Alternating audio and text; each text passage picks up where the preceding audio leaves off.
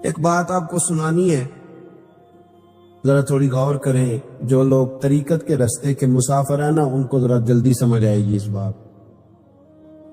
بابا فرید الدین گنج شکر رحمت اللہ تعالیٰ علیہ کے ایک مرید تھے، حضرت جمال الدین ہانسوی. بابا صاحب کو مرید سے بڑا پیار ہو گیا. وہ ہانسا کے رہنے والے بابا صاحب پاک پتن کے، تو وہ بیچارے اکیلے بھائی تھے، والد بھی فوت ہو گیا تو ماں بوڑھی تھی. بابا صاحب نے ان سے کہا کہ تو پاک پتن آ جا. کہنے لگے حضور ماں نہیں اجازت دیتی، اگر آپ کہتے ہیں تو آ جاتا ہوں. تو بابا صاحب فرمانے لگے اگر نبی پاک نے ویس کرنی کو بلایا ہوتا تو میں بھی تجھے بلا لیتا، لیکن نبی کریم علیہ السلام نے انہیں نہیں بلایا تو لہذا میں تجھے بھی نہیں بلاتا. لیکن پیار بڑا تھا تو بابا صاحب کہنے لگے چل تو پاک پتن نہیں آتا تو میں تو تیرے گاؤں آ سکتا ہوں. 3 سال بابا جی مرید کی خاطر اس کے گاؤں میں چلے گئے. ان بھی پیٹو جاندے نے مرید کی خاطر، پر مرید پجاروں والا ہونا چاہیے. آخر ہی وہ تے پھر انہوں نے راہ اوکھا لگتا ہے، پھر مشکل ہوتا ہے. چلے جاتے ہیں آپ بھی، چلے جاتے. ماڑا آئے تو انہوں کہنا تو جمعہ راتی آئی سویرے 8 بجے. ہاں تو کدھر آ گئے؟ تگڑا آئے تو انہوں کہنے تو بڑی لیٹ آئے، تو تے راتی خواب وچ بھی آیا سویرے. خدا بندہ یہ تیرے سادہ دل بندے کدھر جائیں؟ فقر بھی عیاری ہے، شہنشاہی بھی عیاری. میرے بھائی سنے، بابا صاحب نا اس نے جب یہ بات کی تو مرید نے ناراض ہو گیا، وہ لڑائی ہو گئی، گربان پکڑ لیا، جھگڑا ہوا، بات بڑی دور گئی. اس طرح کی بات کرتا میرے حضرت کے بارے میں، تیرے جیسے کئی میں وہاں کام پہ رکھا دوں. جب وہ بڑی بحث ہوئی، بات محلے میں علاقے میں پھیل گئی، دنیا نے سن لی تو شیخ شرف الدین تک بھی پہنچ گئی. اس طرح جھگڑا ہوا ہے. لوگ سو گئے عشاء کی نماز کے بعد. حضرت صاحب نے نا سر پہ کپڑا لیا، اس عیسائی کے دروازے پہ دستک دی. وہ باہر آیا، فرمانے لگے لوگ تو سوچ سمجھ کے ملازم رکھتے ہیں، تو نے بھی تو سوچ ہی لیا ہوگا تبھی تو مجھے آفر کی ہے. تو اپنی آفر پہ قائم ہے؟ واقعی مجھے رکھ لے گا اور 6000 دینار دے دے گا؟ کہنے لگا جا بابا کام کر اپنا. فرمایا نہیں، تو نے اتنے لوگوں میں بات کی، اتنی بحث ہوئی، تو قائم ہے؟ کہنے لگا میں تو قائم ہوں پر آپ نے نہیں قائم رہنا. فرمایا میں سوچ سمجھ کے آیا ہوں. اس نے کہا آپ ڈیوٹی کریں گے، بحثوں کو چارہ ڈالیں گے؟ فرمایا ایک شرط، بس جب اذان ہو جائے نا تو مجھے رب کی نماز پڑھنے کی اجازت دے دے، باقی صبح و شام جو تو کہے گا. اگر اس غریب کی بیٹیاں بیائی جائے تو مجھے اور کیا چاہیے؟ اس کی 6 بیٹیوں کا بوجھ ہے اس کے سر پہ، تو مجھے رکھ لے. اللہ اکبر. وہ کہنے لگا چلے پہ میرے ساتھ خط بندگی کر لے. آج کل ہم اس کام کرتے ہیں، اس زمانے میں خط بندگی ہوتا تھا، غلامی کا خط. قاضی شہر کے پاس، یعنی اس کا خیال تھا کہ چلو اس کام کی بات کروں گا تو بھاگ جائیں گے. فرمایا چل میں تیار ہوں. قاضی تک گئے، طے ہو گیا، 6000 دینار دے دیے. حضرت نے مرید کو بلایا، فرمایا پتر یہ لے جا، جا میری بیٹیوں کو روانہ کر دے. کہنے لگا حضور یہ کیا کر رہے ہو آپ؟ کچھ سوچے. فرمایا یار جب تجھے بیٹا بنا لیا تو پھر میری پوتیاں تو لگتی ہیں نا، میرا حق تو بنتا ہے نا. جا کے ڈیوٹی کر، ان کو بیاہ دے. بات پھیل گئی. بادشاہ بھی عقیدت مند تھا، وہ 12000 دینار لے کے پہنچا. کیا بتاؤں ان رب کے بندوں کا دل کیسا ہوتا ہے، کیا درد ہوتا ہے، کیا رنگ. 12000 دینار لے کے بادشاہ آیا اور آگے حضرت کو پیش کیے کہ حضور آپ دیں اس عیسائی کو ڈبل دیں اور جائے کام کریں. آپ فرمانے لگے تو پیسے دے، شرطیں نہ لگاؤ، میرا جہاں دل کرے گا میں خرچ کروں گا. مجھے تو مزہ ہی اب آنے لگا ہے، ابھی تو لطف آ رہا ہے، ابھی تو ذائقہ آیا ہے کچھ کرنے. پیسے دینے ہیں تو دے، پابندی نہ لگا، جہاں میرا دل کرے گا میں. اس نے کہا حضور ٹھیک ہے رکھ لے. حضرت نے فجر مسجد میں پڑھی، جیب میں 12000 دینار تھے. اعلان فرمایا بھی کسی اور کی بیٹی بھی بیٹھی ہے تو پیسے میرے پاس ہے. وہ 12000 دینار بھی بانٹ دیا، اور 12000 دینار بانٹ کے نا تو پھر چلے گئے کھیت میں چارہ کاٹنے. اس عیسائی کو کسی نے بتلایا کہ ان کے پاس تو 12000 آیا ہے پر تجھ سے جان نہیں چھڑائی انہوں نے. وعدہ یہ ہوا تھا کہ 6 دیں گے تو جائیں گے، جب تک دیں گے نہیں تیرے گھر میں کام کریں گے۔ وہ نہ چارہ کاٹ رہے تھے حضرت صاحب، تو وہاں پہنچ گیا، دور جا کے کھڑا ہو گیا، کہنے لگا بابا پہلے تو میں نے مسلمانوں کے اخلاق سنے تھے، اب تو میں نے دیکھ بھی لیے، اور یہ بتا جب 12,000 آیا تھا جان کیوں نہیں چھڑائی؟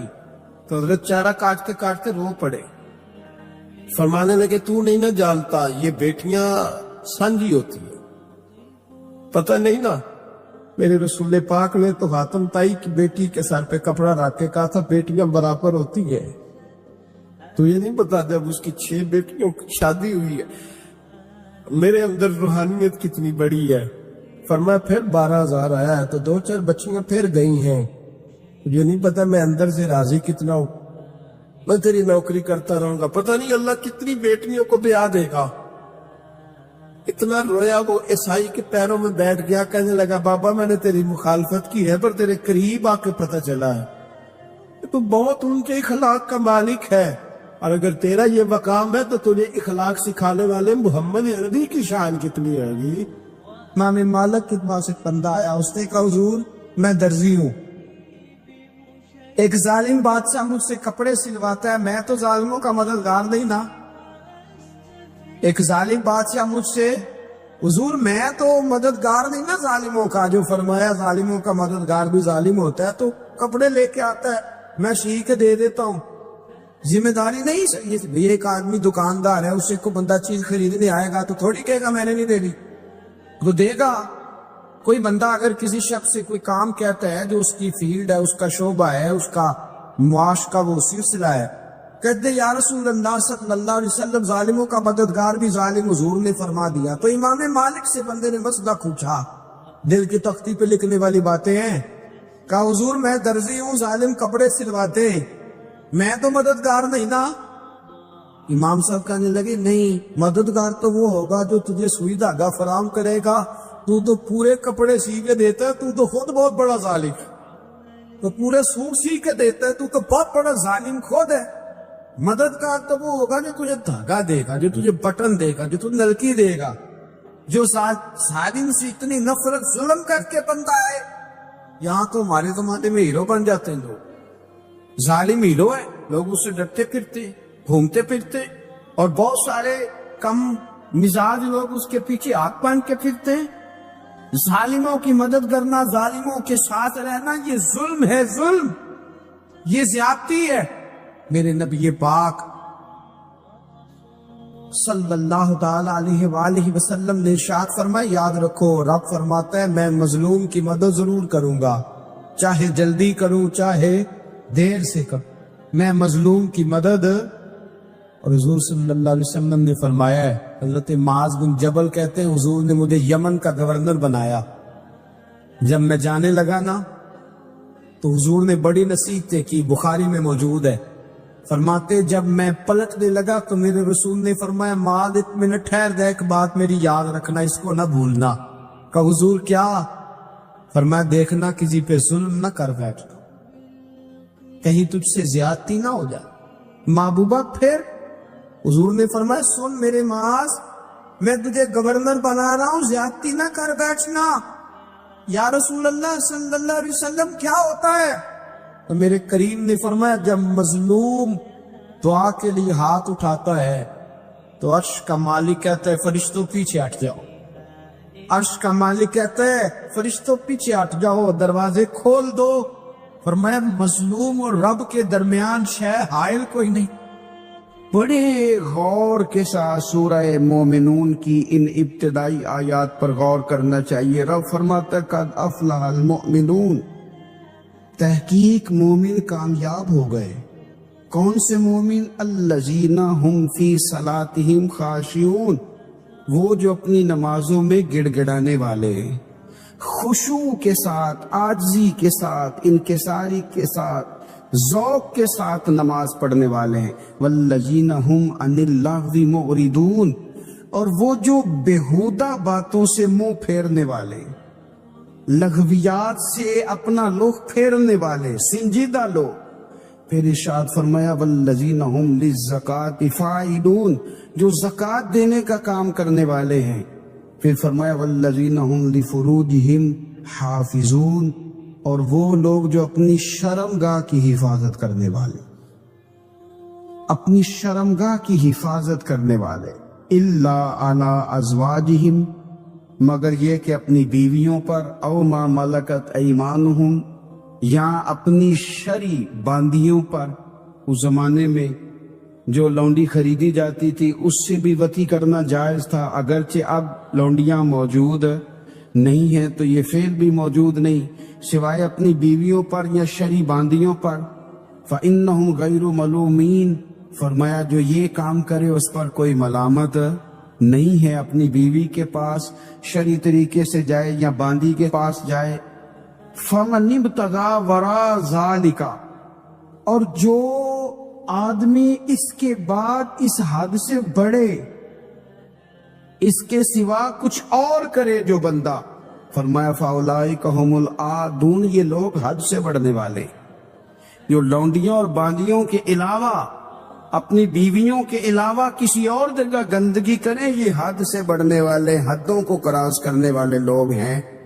پھر ارشاد فرمایا والذین هم لاماناتہم وعہدہم راعون، اور وہ جو اپنی امانتوں اور اپنے وعدوں کی رعایت کرتے ہیں، امانتیں ادا کرتے ہیں، وعدے پورے کرتے ہیں. اور وہ لوگ جو اپنی نمازوں کی حفاظت کرنے والے ہیں، جن میں یہ خوبیاں آ گئی. میرا رب فرماتا ہے نماز میں خشوع وضو حاصل ہو گیا، فضولیات سے بچ گئے، زکوٰۃ ادا کرنے والے بن گئے، شرمگاہ کی حفاظت کرنے والے بن گئے، امانتیں عہد پورے کرنے والے بن گئے، اپنی نمازوں کے محافظ ہو گئے. اللہ اکبر، قربان جائیں. مالک فرماتا ہے اولئک ھم الوارثون، یہی لوگ تو وارث ہیں. یا اللہ کس چیز کے؟ فرمایا الذین یرثون الفردوس، یہ لوگ جنت کے وارث ہیں، یہ جنت کے وارث ہیں یہ لوگ. ہم فیہا خالدون، اور فردوس سے، جنت سے نکالے نہیں جائیں گے، ہمیشہ ہی جنت میں رہیں گے. یہ آیات اللہ کا مطالبہ بھی ہے، یہ آیات صحابہ، اہل بیت، اولیاء اللہ، ان تمام کی سیرت کا عکس بھی ہے.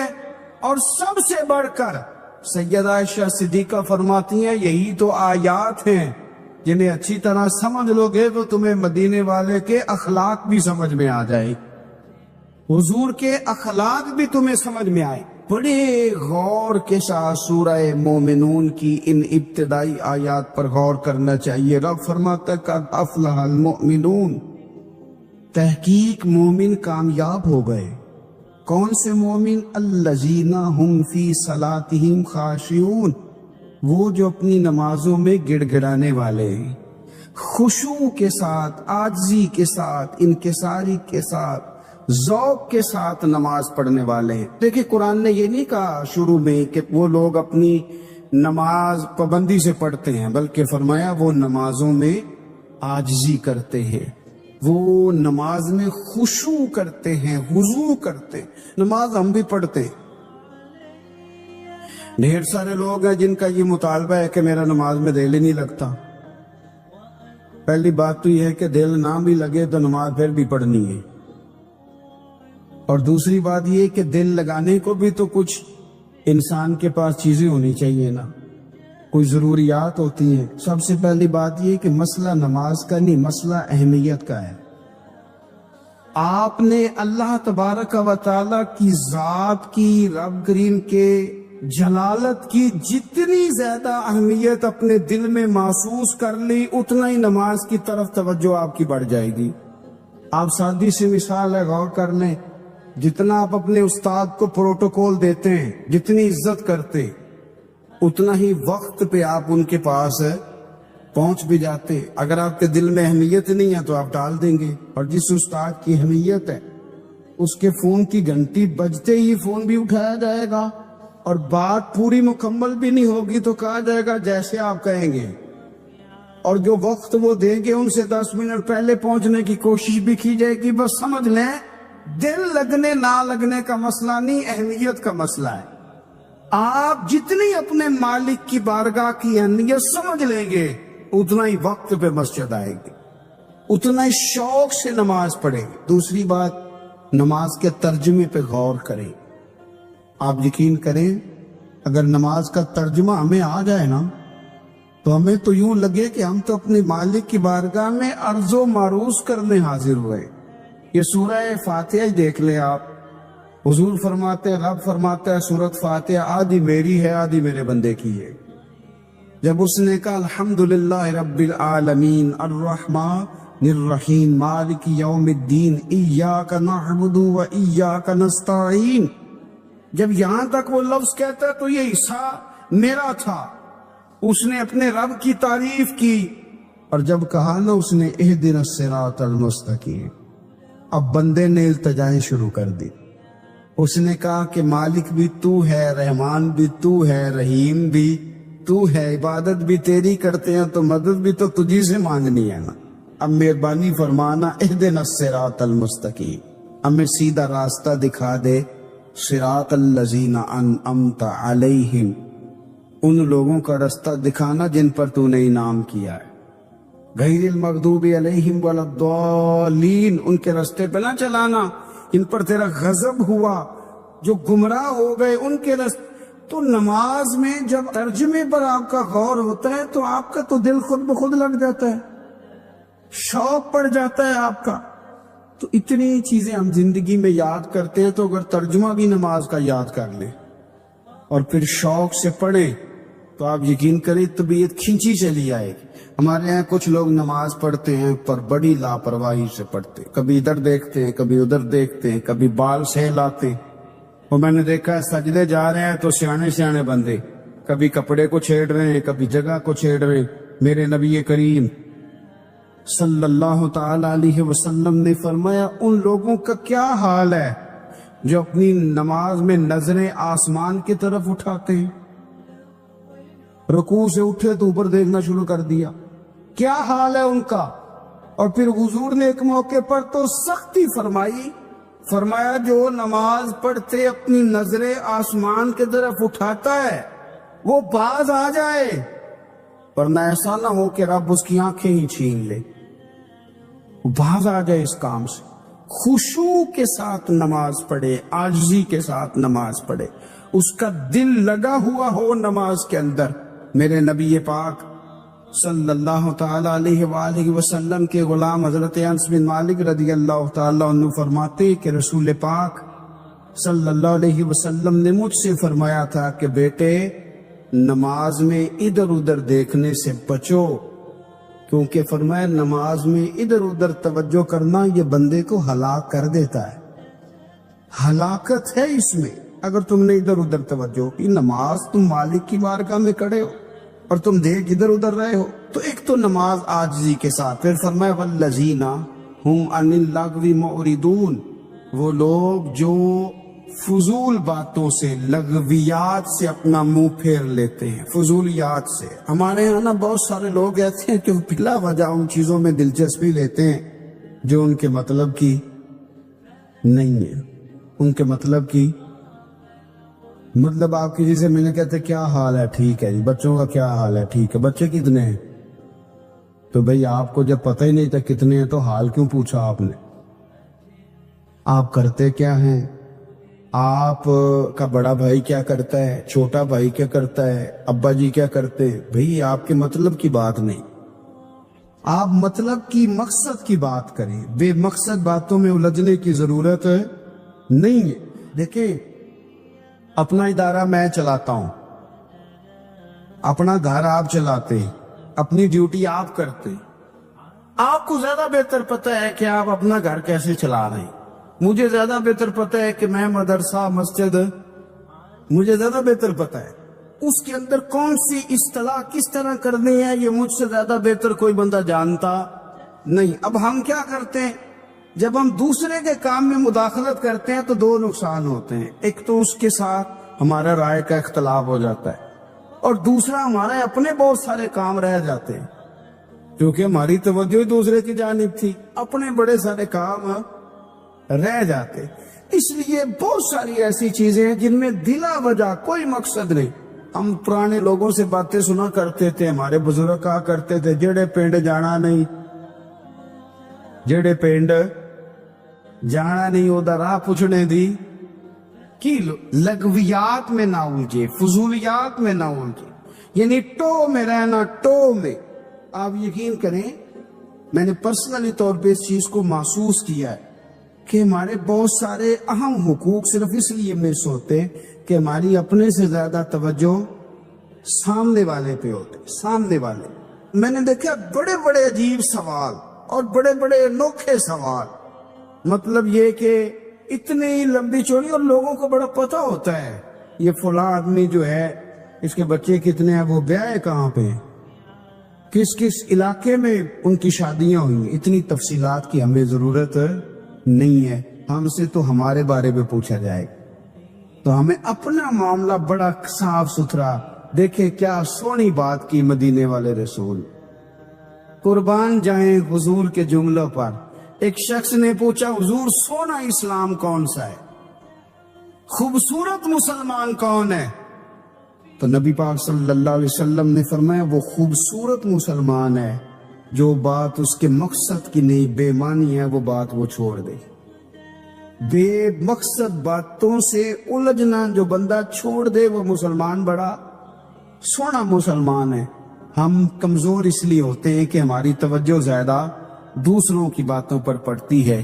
پھر فرمایا والذین ھم للزکاۃ فاعلون، وہ لوگ جو زکوٰۃ دینے کا کام کرتے ہیں، صدقات کرتے ہیں، خیرات کرتے ہیں، وہ کامیاب ہو جاتے۔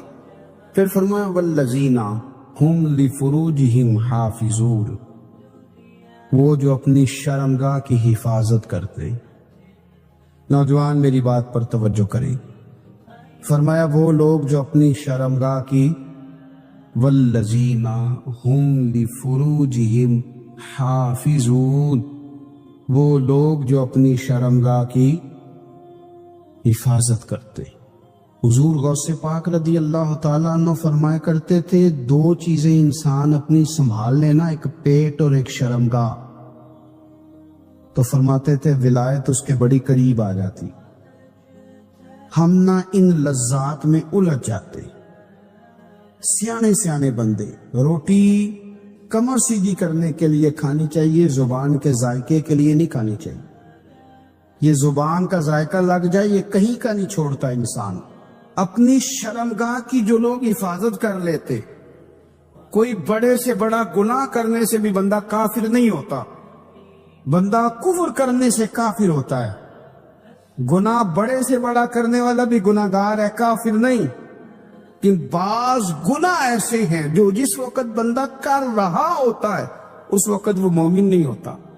میرے نبی کریم صلی اللہ تعالی علیہ وسلم نے فرمایا جب کوئی شرابی شراب پیتا ہے اس وقت مومن نہیں ہوتا، جب کوئی چور چوری کرتا ہے تو اس وقت مومن نہیں ہوتا، اور جب کوئی زانی زنا کرتا ہے تو تب وہ مومن نہیں ہوتا۔ اتنی دیر کے لیے اس کے دل سے ایمان نکال لیا جاتا ہے۔ یہ جو ہمارے لڑکے بن سمر کے نکلتے ہیں، یہ جو میک اپ کا خرچہ لڑکیوں کے برابر لڑکوں کا ہوتا جا رہا ہے، یہ جو لڑکے بھی رات کو چہرے پر کریم لگا کر کے سوتے، یہ بتا سکتے ہیں کہ مقاصد کیا ہے؟ بتا سکتے ہیں؟ یعنی بچے بھی بغیر شیمپو کے بال نہیں دھوتے، مثلا کیا کرنا ہے آپ نے اس کا؟ بڑی بڑی قیمتی چیزیں جو ہیں وہ آپ نے رکھی ہوئی ہیں، مقصد کیا ہے؟ یہ جو ہمارے بچے بن سنور کے نکل رہے ہیں تو کیا دعوت دے رہے ہیں سوسائٹی کو؟ شارٹ نکڑے پہن کے جو نکلے ہوئے، اریاں لباس پہن کے نکلے ہوئے۔ اقبال نے کہا تھا دیار مشرق حوض میں غلطاں، شباب اریاں شراب اسیاں، جسے بھی دیکھو گری کے اسیاں۔ ہم ایسی تہذیب کیا کریں گے؟ شباب اریاں، تم نے اپنی جوانی ننگی کر ڈالی ہے ساری معاذ اللہ۔ کن مقاصد کے لیے؟ میں وہ اعداد و شمار بتا نہیں سکتا، ہمارے ہاں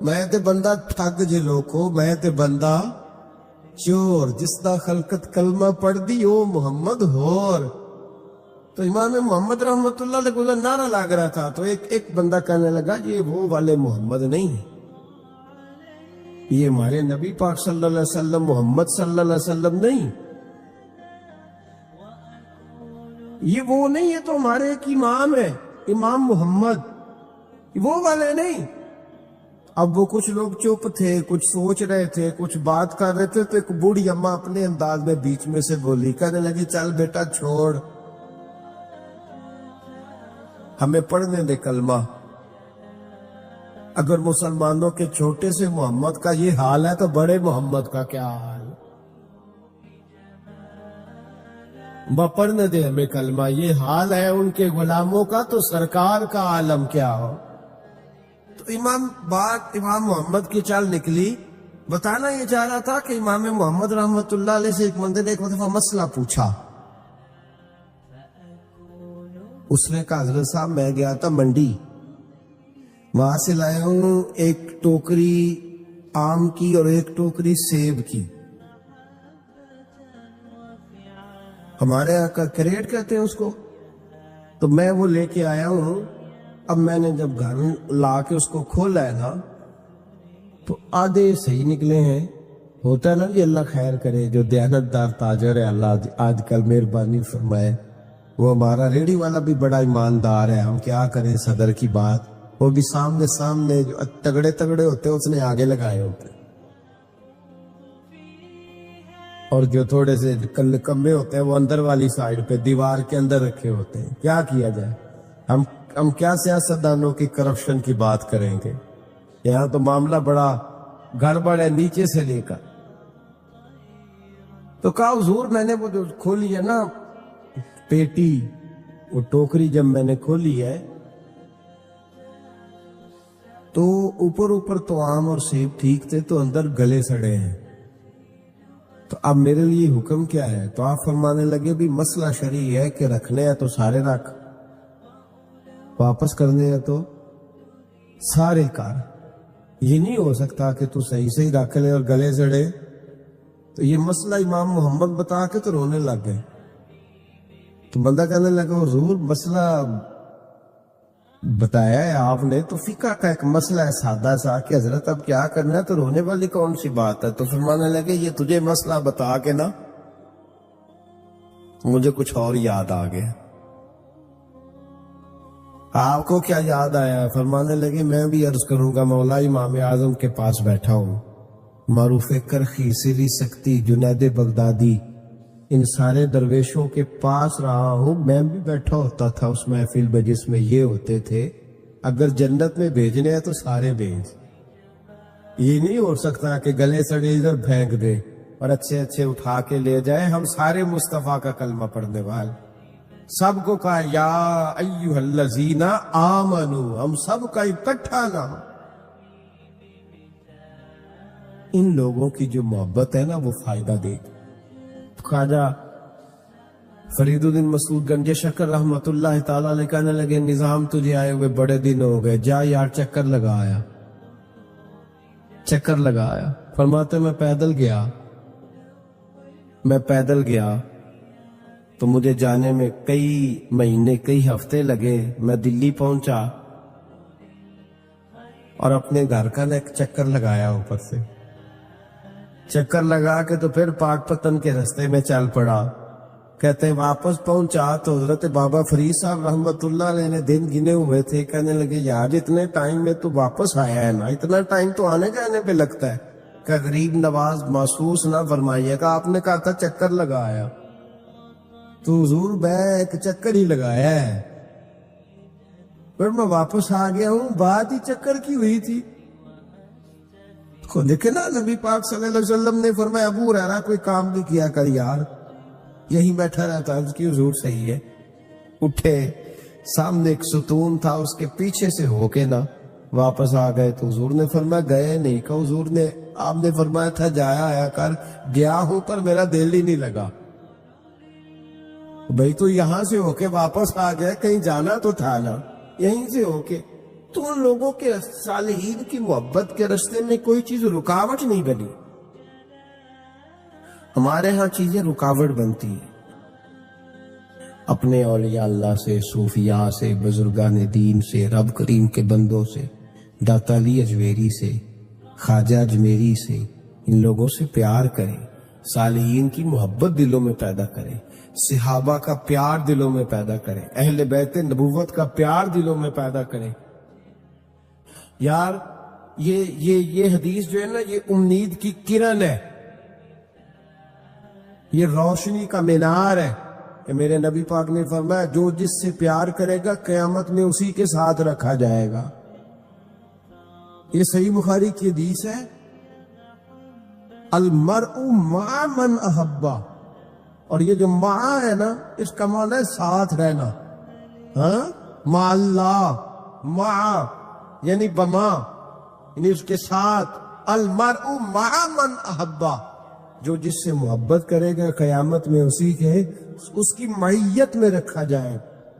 لیکن ہمارے یہاں نا کرامتے، میرے جیسا شخص جب بھی کرامت سناتا کہتا میرے حضرت صاحب کا مجھ سے بڑا پیار. بھائی وہ تو پیار کریں گے ہی، وہ تو برکھا ہے، وہ تو رحمت کا سایہ ہے، وہ تو سائبان ہے، تو بازو کھلے ہوئے ہیں.